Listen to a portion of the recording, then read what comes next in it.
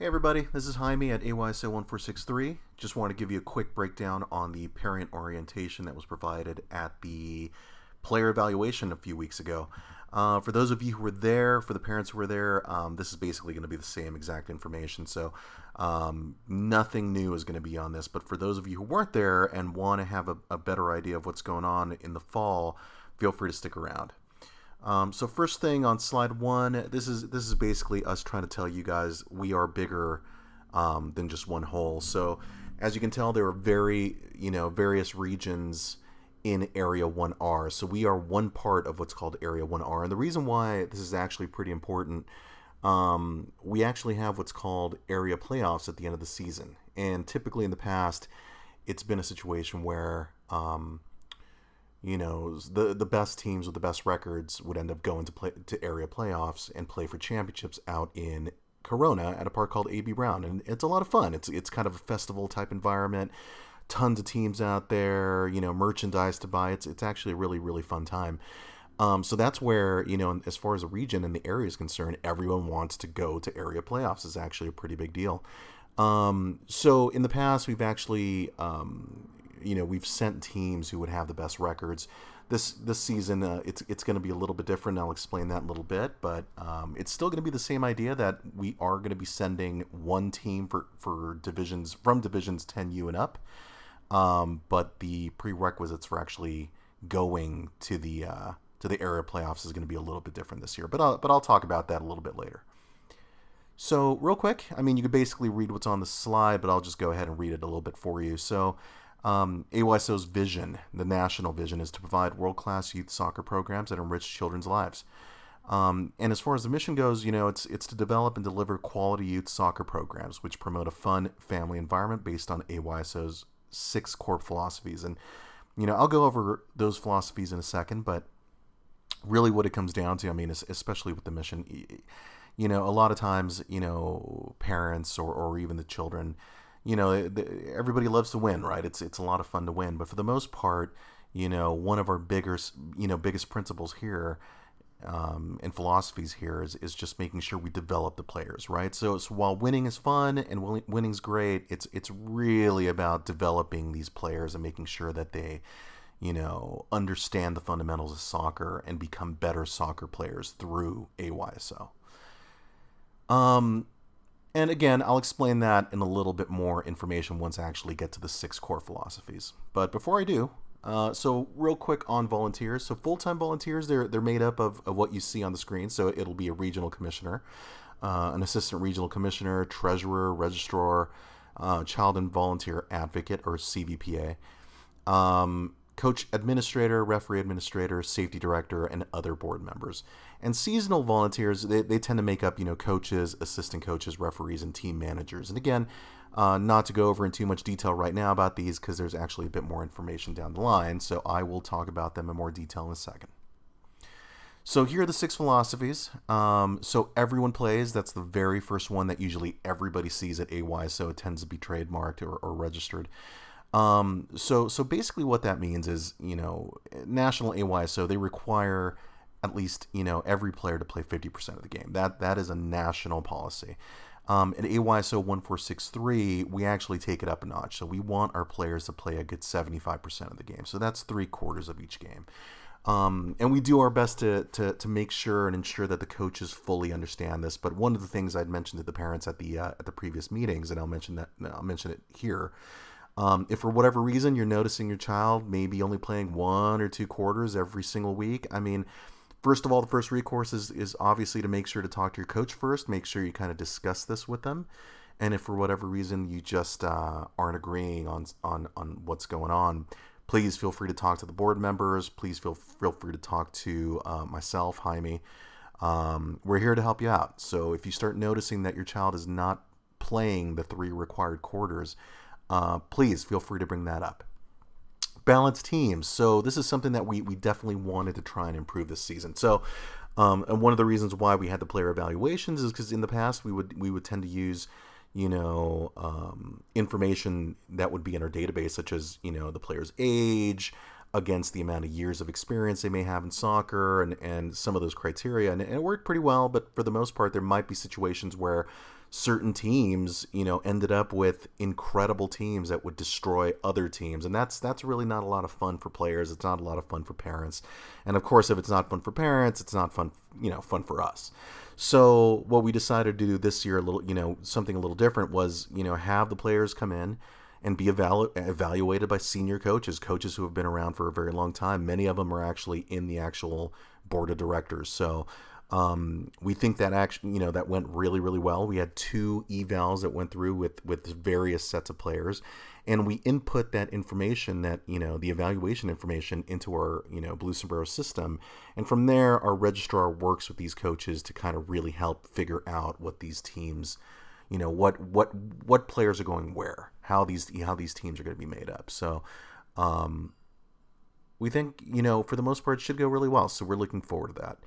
Open registration. So what that means is it's as simple as anyone can register at AYSO, or I'm sorry, at any AYSO they choose. So for example, even though we live in Temecula and Murrieta, you can register at AYSO New York if you wanted to. You are free and clear to do this. Positive coaching, this pretty much goes without saying, but really, it's something that our coach administrator, our regional commissioner, everyone on the board, we're all going to be pushing for every single person that's coaching out there to do it in a positive manner. I mean, constructive criticism is absolutely great. Instruction, as far as the coaches out there yelling instructions, is perfectly fine. But one thing we definitely don't want to see is coaches kind of coming down on players and then making them feel bad. So it's insanely important that our coaches remain positive. They provide really good constructive criticism and make sure that even when they're providing instruction on the field, it's not in a negative manner. Good sportsmanship, kind of a similar principle, but more for the players. But you know what? It's also for everybody. It's parents, it's coaches, it's referees, it's everybody. It's really a situation where we all have to be cognizant of the fact that, we're all volunteers. We're all out here, devoting our time and providing some effort to kind of do something awesome for these kids. So it's really important that all of us out there are just good sports and, remain positive. And player development. That's, one of the things I briefly spoke about at the very beginning.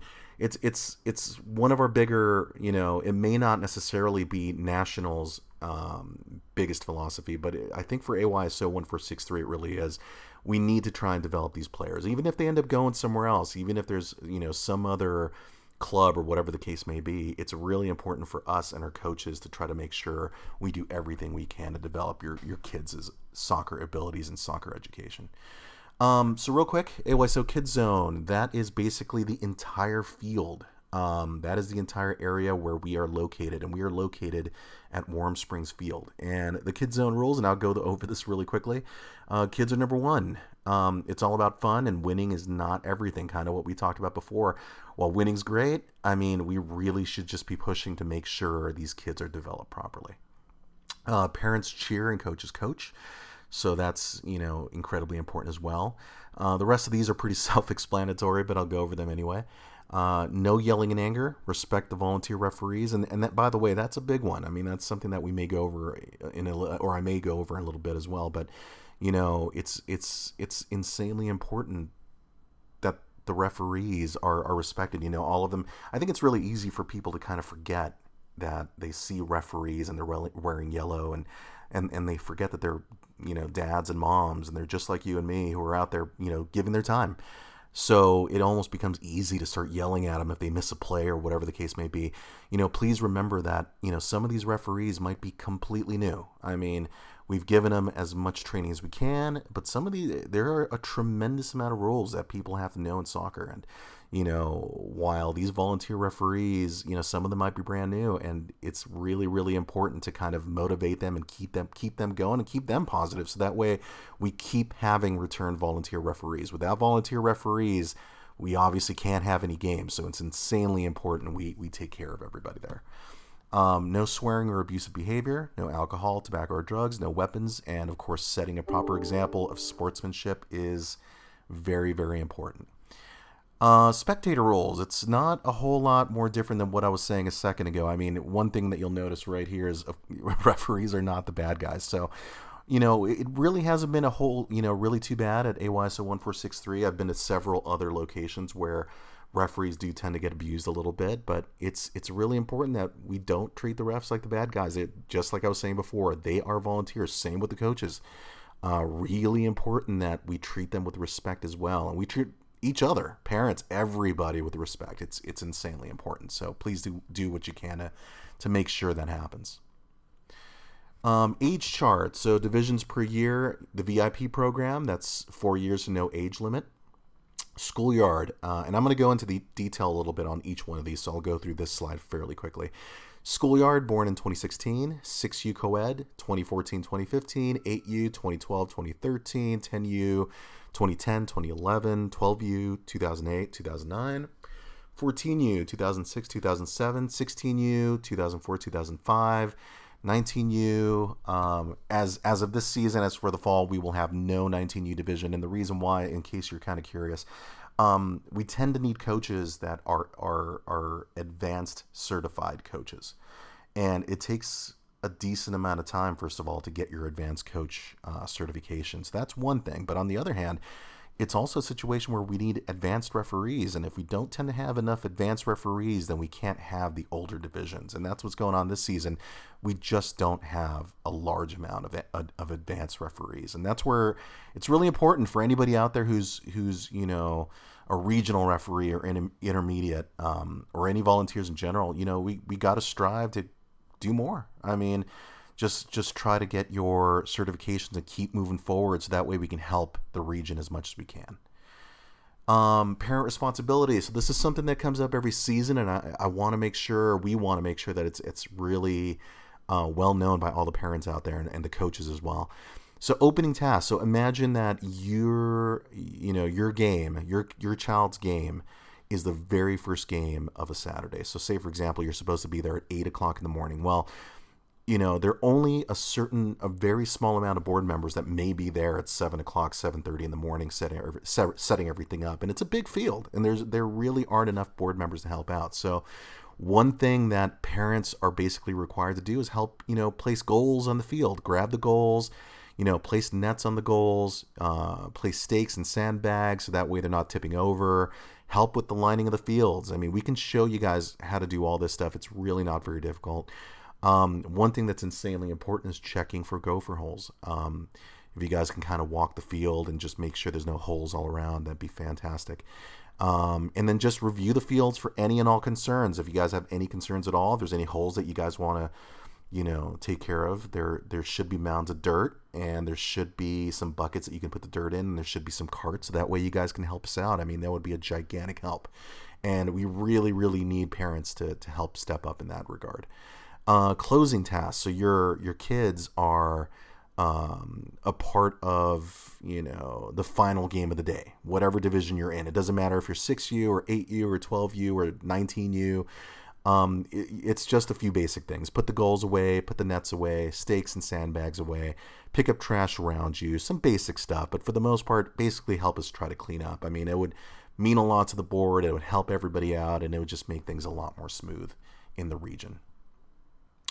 Next one is a question we tend to get a fair amount. So parent seating, when you're actually on fields 2, 4, 5, 6, 7. And by the way, this season we're going to try and make sure we have a large map that's kind of available on the field, so you guys can take a look at what field is what, right? Because a lot of times parents don't know what field number is what.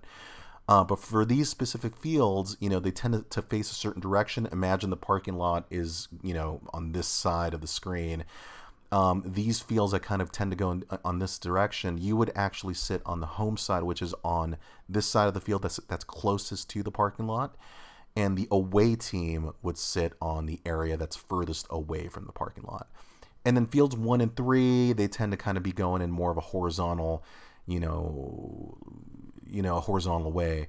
And on this side of things, the home team would actually sit closer to the fence that's leading towards to the various homes, and the away side would sit on the other side. So that's basically it. If you guys have any questions on that, please feel free to let us know. And by the way, this slide or these slides themselves, obviously, if you're watching this video potentially, you can actually hit this link. you should be able to find the slides on bluesombrero.com. Or, I'm sorry, not bluesombrero.com, but AYSO 1463 is Blue Sombrero. And I'll provide some more information on that in a second. But there's going to be a PDF version of it, which is what I'm using here. And there's certain links there that if you want more information, you can always hit these links to get it. So safety. One of our biggest concerns is safety. It's obviously ridiculously important that everybody's safe. You know, parents, coaches, players. I mean, players is obviously our children is the most important. So we want to make you guys aware that every single volunteer that's out there, whether it be, you know, board members, referees, team parents, everybody who's out there, coaches, they've gone through, you know, a few safety related courses that they've had to actually take tests on and pass. And one of them is called the Safe Haven course. This is a course that's required to be taken, or else, you know, coaches and referees cannot be out there on the field. And basically what Safe Haven does is it teaches them the fundamentals of certain scenarios, certain situations that happen that people need to be aware of, and what they need to do in case those scenarios happen. And as mentioned before, you know, they're asked to take a test at the very end, and if they pass the test, they get certified, and the board themselves gets a notification as far as a certification. And same thing goes with the CDC concussion course. So similar to Safe Haven, you know, it's required, and, you know, information is provided to anybody taking this course as far as some, you know, ways that you can kind of determine, you know, whether or not a child may have a concussion, certain things you can do to kind of get a feel for it or get a sense. And of course, if any child feels dizzy or anything, if something happens on the field that may cause a concern in terms of a possible concussion, we always have the player leave the field and we assess the situation afterwards. So we take all of that very seriously, and similar to Safe Haven, it's also a situation where, you know, volunteers are required to take a test at the end of the CDC concussion course to make sure that they are fully aware of everything they need to know. And one thing, you know, talking about concussions, there is a soccer header rule that is in effect for all of AYSO. It's not just 1463, but there are no headers allowed for 12U division and below. And it's allowed from 14U and above, but even at 14U, there's a certain limit to the amount of headers a player can take. And then after that, you know, from 16U and on, it kind of changes. But if you have any questions on that, feel free to talk to the coach administrator. We're also going to have some division coordinators available this season, and feel free to talk to any board members as well. So rain policy and heat policy, for the most part, AYSO themselves, I mean, even National does not cancel games due to rain, unless, of course, if it's incredibly heavy rain. And also, of course, if there's thunder and lightning, if there's any kind of thunder, any lightning, then play is immediately stopped. And we ask, you know, players and parents to go ahead and go to your cars and make sure you guys are safe. It's incredibly important you guys are safe. But if there's some light rain, games are not canceled. However, the city of Murrieta is, you know, really responsible for all the parks we use. We do not own the park. We do not own Warm Springs. That is all belong to the city of Murrieta, and it's also a combination of the you know, Warm Springs Middle School as well. So if at any point the city of Murrieta, you know, decides to cancel or shut down the parks, we'll let you know. There's going to be various ways we're going to let you know. We're going to talk to the coaches. We are going to email them and call them and let them know, look, you know, the games have been canceled, for example, or practices have been canceled. You'll also notice that on our various social media websites. So please, if you guys don't follow our social media websites, please do so. There's a Facebook account. There's also an Instagram account, Twitter account. And there's also a YouTube account, and that's brand new, and that may be where you're watching this video. But if you haven't, please subscribe to that YouTube account as well. It's incredibly important that you guys subscribe to all that stuff, because that's where we provide all of our information at all times.